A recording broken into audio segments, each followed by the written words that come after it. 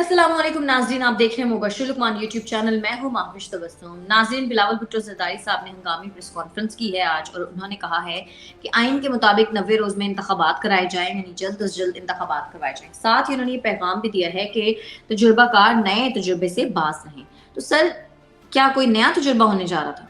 नहीं, बात यह है कि बिलावल ने बेसिकली जो है वो जवाब दिया है मौलाना फजल रहमान की। कल जो उन्होंने कुछ सहाफ़ियों से मुलाकात करके बातें की हैं, और उसमें उन्होंने पीपल्स पार्टी पे बड़े इल्ज़ामात लगाए हैं कि 90 दिन में इलेक्शन होने थे। और जब वोट ऑफ नो कॉन्फिडेंस हुआ था तो हमने तब भी कहा था कि फ़ौरन इलेक्शन करा लें। तो पीपल्स पार्टी ने कहा कि नहीं, इनको डिले करें, और फिर वो हमारे गले पड़ गया 14, 15, 16 महीने।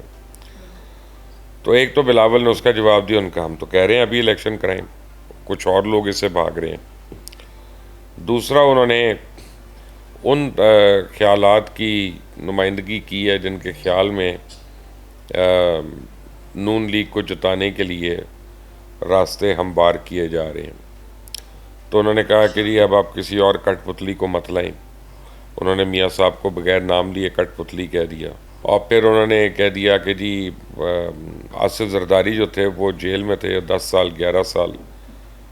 तो इमरान खान जो हैं वो अब जेल गई हैं, जेल में जाने से पहले वो एक पपेट थे, अब वो सियासतदान बन रहे हैं। तो चलें थोड़ी देर और काटेंगे तो फिर उनको समझ आएगी कि सियासत होती क्या, उसमें टॉलरेंस कितनी ज़रूरी होती। सर, वैसे मुझे यकीन नहीं आता, अभी कुछ दिन पहले तक ये लोग इत्तेहादी थे, अब एक दूसरे के खिलाफ बातें करें। मतलब हमारी ये पॉलिटिक्स का अलमिया नहीं है। मैंने आपको क्या कहा था 2 महीने आपने ये पहले? कहा ऐसे। देख लें आप फिर। सर, पीटीआई ने अपने ही सदर के खिलाफ ऐलान जंग कर दिया है। कोर कमेटी के मुताबिक अगर सदर ने तारीख का ऐलान ना दिया इलेक्शंस की, तो ये आइन की बेहुरमती और अवाम के बुनियादी आइनी, दस्तूरी और जमहूरी हकूक की पामाली के जिम्मेदार होंगे। सर, ये इतनी बड़ी तब्दीली कैसे आई? पीटीआई में बड़ी सीरियसली ये सोचा जा रहा है कि सदर कॉम्प्रोमाइज़ हो चुकी है। और स्पेशली जब से खबरें आई हैं कि जी कुछ दिन पहले प्रेसिडेंट हाउस के 4 नंबर फ्लोर पे एक मीटिंग हुई थी जिसमें आर्मी चीफ थे, डीजीआई थे और सदर थे, और कोई नहीं था, और अमले को भी घर भेज दिया गया था। तो उसमें सदर साहब को कुछ बातें समझा दी गई हैं और उनको समझ आ गई हुई हैं। इसलिए अब उनके ख्याल में सदर अब जो हैं वो कॉम्प्रोमाइज़ है, क्योंकि जब तक इलेक्शंस नहीं होते तब तक वो सदर रहेंगे। तो अब पीटीआई वाले समझते हैं कि अब वो क्यों नहीं डेट दे रहे। आज टेक्निकली उनका मेरे ख्याल है लास्ट डे था, तो वो कंटिन्यू करेंगे। इसका मतलब है कि वो मीटिंग सूद बन रही है, और पीटीआई के हमले जो हैं आरिफ अलवी पे और बढ़ते जाएंगे, और आरिफ अलवी को उसी दवाई का और डोज का सामना करना पड़ेगा जो पहले ये लोग मिलकर दूसरों को देते थे। अब खुद उनको भुगतना पड़ेगा, फिक्र ना करें। तो सर, मतलब उनका टेक्निकली आप कह रहे हैं आज लास्ट डे था, बट वो अभी भी सदर ही रहेंगे। तो क्या? उनके तो ये बात उनके हक में नहीं जा रही। बाकी वो सोचते होंगे कि पीटीआई वाले करते रहे एतराज, हमें क्या। नहीं नहीं, वो तो हर आदमी इस मुल्क में अपनी ज़ाती बात सोचता है ना। और सदर पाकिस्तान काश पहले भी वो एज प्रेसिडेंट ऑफ पाकिस्तान ही सोचते, not as worker of a party. वो सारा वक्त तो जोर लगाते रहे पार्टी वर्कर की हैसियत से, कंट्रोवर्शियल भी हुए, बदनाम भी हुए, अपनी नेक नामी भी ख़राब की उन्होंने। अब आखिरी वक्त में आके खाक मुसलमान होना, लेकिन चले जो भी है। सर, अलकादिर ट्रस्ट केस और तोशाखाना केस में खान साहब की जो जमानतें हैं वो 1 महीना पहले खारिज हो चुकी थी, लेकिन खान साहब के वकला ने दोबारा ये दरखास्तें चैलेंज नहीं की। साइफर केस में भी खान साहब के वकला लाइल्म रहे। क्या लग रहा है आपको, इस लापरवाही की वजह क्या है? ओ भाई, अपना आप समझा करें। इमरान खान के वकला रोज़ बरोज़ प्रेस कॉन्फ्रेंसेस कर रहे हैं, उसके वकला रोज़ तस्वीरें बनवा रहे हैं, सेल्फियाँ बनवा रहे हैं। इमरान खान के वकील रोज़ नई नई टिकटॉक बना रहे हैं, उसके वकला जो हैं यूट्यूब पे वीडियोस कर रहे हैं, पैसे बना रहे हैं। वो ट्विटर स्पेस में कई कई घंटे तकरीरें कर रहे हैं, उनके फॉलोअर्स रोज़ाना हज़ारों की तादाद में बढ़ रहे हैं। तो उनको क्या ज़रूरत है कि वो ये सारा कुछ छोड़कर इमरान खान के केस की सही तरीके से पैरवी करें।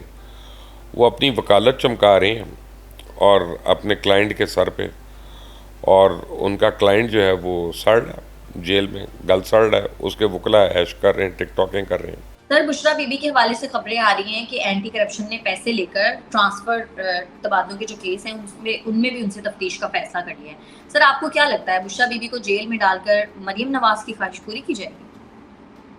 नहीं, मरियम नवाज की तो पता नहीं ख्वाहिश है कि नहीं है, कि उन्होंने शायद एक दफ़ा जिक्र ही इसका किया था, लेकिन यह है कि पाकिस्तान में बहुत लोगों की ख्वाहिश है कि वो जेल में जाएं, और ख़ास तौर पे पाकिस्तान के लोग अब टोने वालियों से और काले जादू वालियों से जान छुड़ाना चाहते हैं। ये मुल्क एक अरसे तक काले जादू पे चलता रहा और अब उसको ख़त्म करना ज़रूरी है। और बुशरा बेगम ने जाना है जेल में, अव्वल जाना है, आखिर जाना है।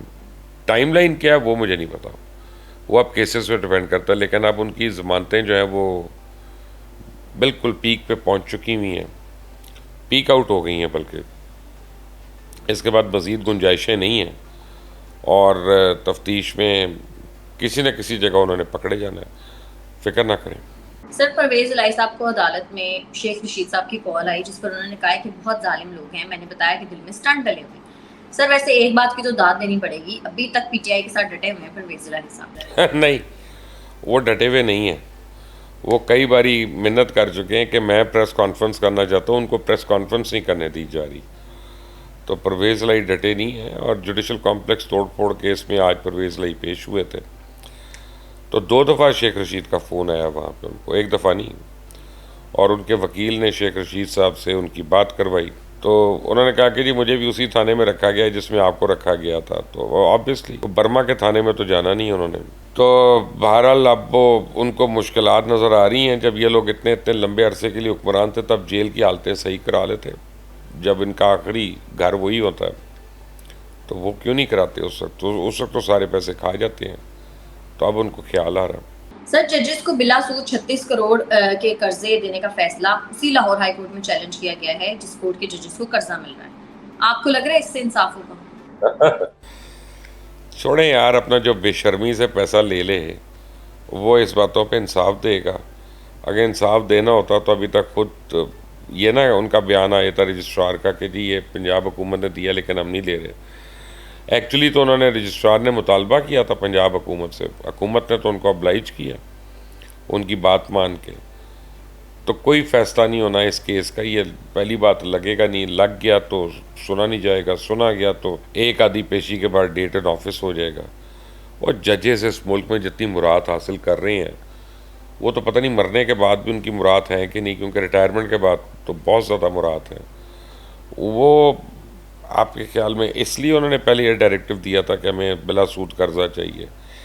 लेकिन आप इसको एक पॉजिटिव तरीके से देखें कि जज हमारे कितने मुसलमान हैं कि उन्होंने बिला सूद कर्जा ले के पहली अपना, आप समझे कि बुनियाद रख दी गैर सूदी कारोबार के।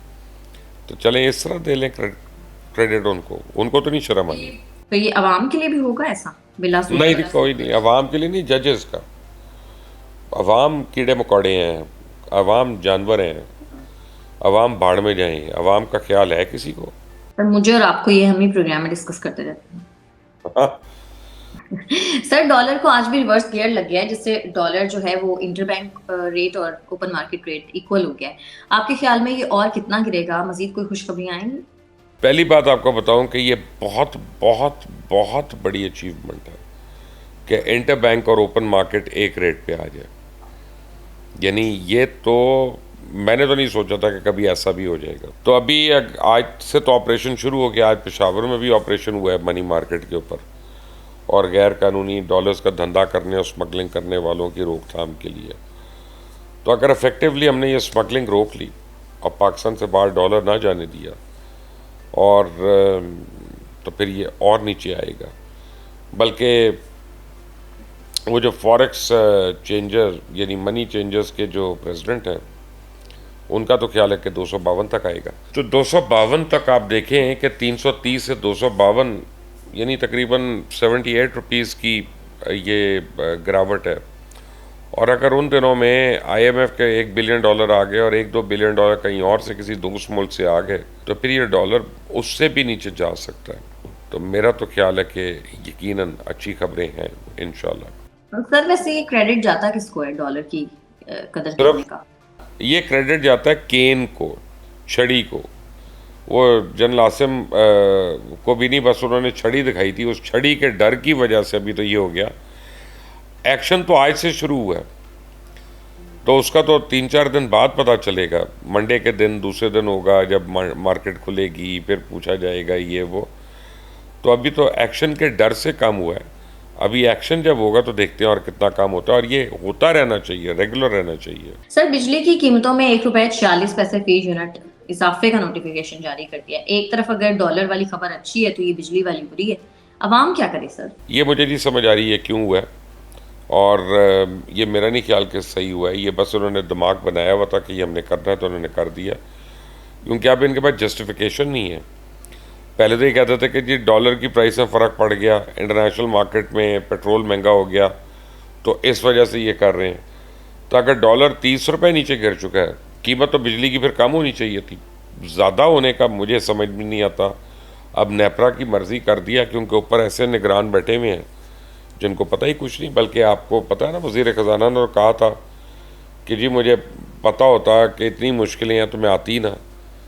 तो मैंने तो उनको मैसेज भेजा था आप अभी रिज़ाइन कर दें, आपको किसने रोका हुआ है? लेकिन नहीं, बेशर्मी से काहिम है, अड़दर्मी से अड़ी हुई है वहाँ पे रिज़ाइन करने। प्रोग्राम या तो नहीं देखा या बस देख कर इग्नोर कर दिया। हाँ हाँ, नहीं, उन्होंने, उनको पता है मैंने जो कहा है, लेकिन छोड़ दें बस अब। सर, कोई क्यों किसी के कहने पर अपनी वजारत छोड़े? हाँ, तो फिर अपना बातें ना करे डिलीवर ना करने की, फिर डिलीवर भी करे। ठीक है, सही है। ठीक है मुबश्शिर साहब, बहुत शुक्रिया आपका आज के प्रोग्राम के लिए। नाज़रीन, आज के प्रोग्राम से इतना ही। अगर आपको हमारी वीडियो पसंद आती है तो चैनल को कर दें लाइक, सब्सक्राइब और शेयर, और अपनी कीमती राय से हमें जरूर आगाह कीजिएगा। हमें इजाजत दें। अल्लाह ने के